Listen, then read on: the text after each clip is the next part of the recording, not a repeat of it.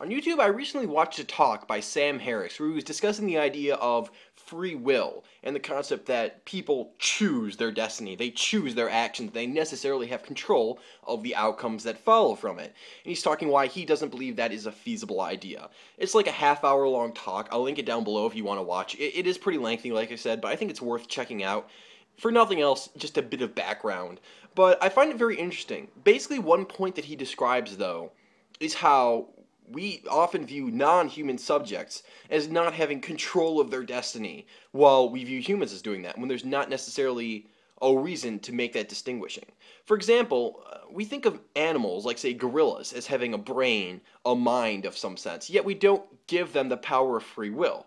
A gorilla can come up to us and attack us and maul us and rip our arms off, but we don't get angry at the gorilla because we understand that the gorilla is not carrying out some transgression against us. We understand that it's not evil and hates us.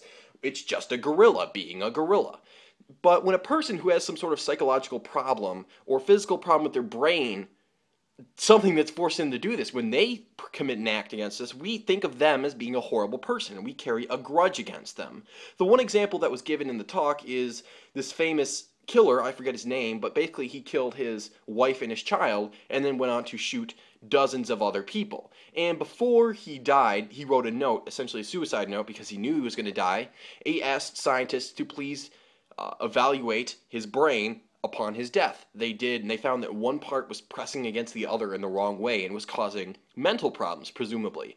Well, I don't know the science behind it, so I can't give detail, but you can look it up probably. Anyway, though, this asks a very interesting question. Do individuals have control over themselves? Is there any real difference between the human who has something wrong in their brain, that's just them reacting the way their biology is telling them to, and the gorilla who's just acting the way their biology tells them to? It's very complicated. Like, does the person really have choice in that instance? Another interesting situation I like to talk about is people getting involved in gangs, especially how it's disproportionately African Americans or Latino Americans, or, the minority groups that are viewed as being oppressed.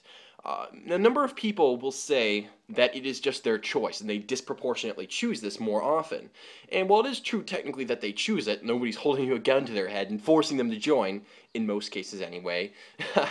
But the problem is, they're in a situation that makes them far more likely to get involved with that. For example, individuals who are part of a minority are less likely to grow up with both parents, which of course means not only are they not getting that social support, they don't feel as secure in themselves. The clock is going off, but I'm going to ignore that.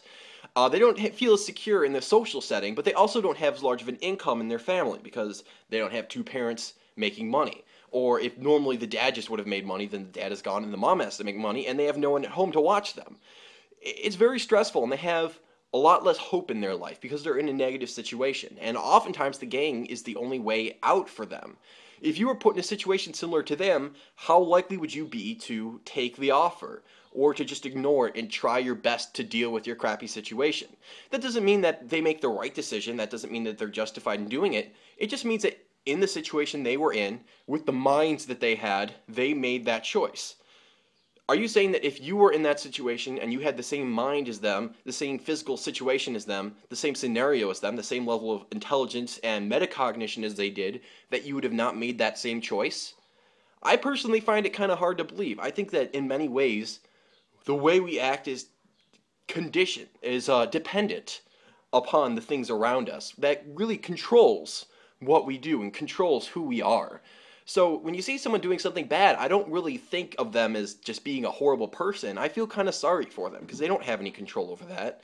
If someone is a schizophrenic or they have some horrible problem with them, that's not their choice. They wouldn't have chosen to be like that. So if they do something horrible under that condition, I don't view being angry at them or holding a grudge against them as being appropriate. I feel sorry for them because they are infinitely worse off than I am. I am in a position that millions of people across the world wish they could be in. And just because one of them harmed me a little bit doesn't mean that my life is now suddenly worse off. And I just think that's a perspective that people need to consider a lot more.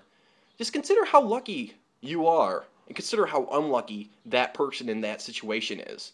Is it really fair for you to live your life having contempt for them? I just don't think it is, because so much is out of their control. Just my thoughts. What are your thoughts? And thank you for watching as always.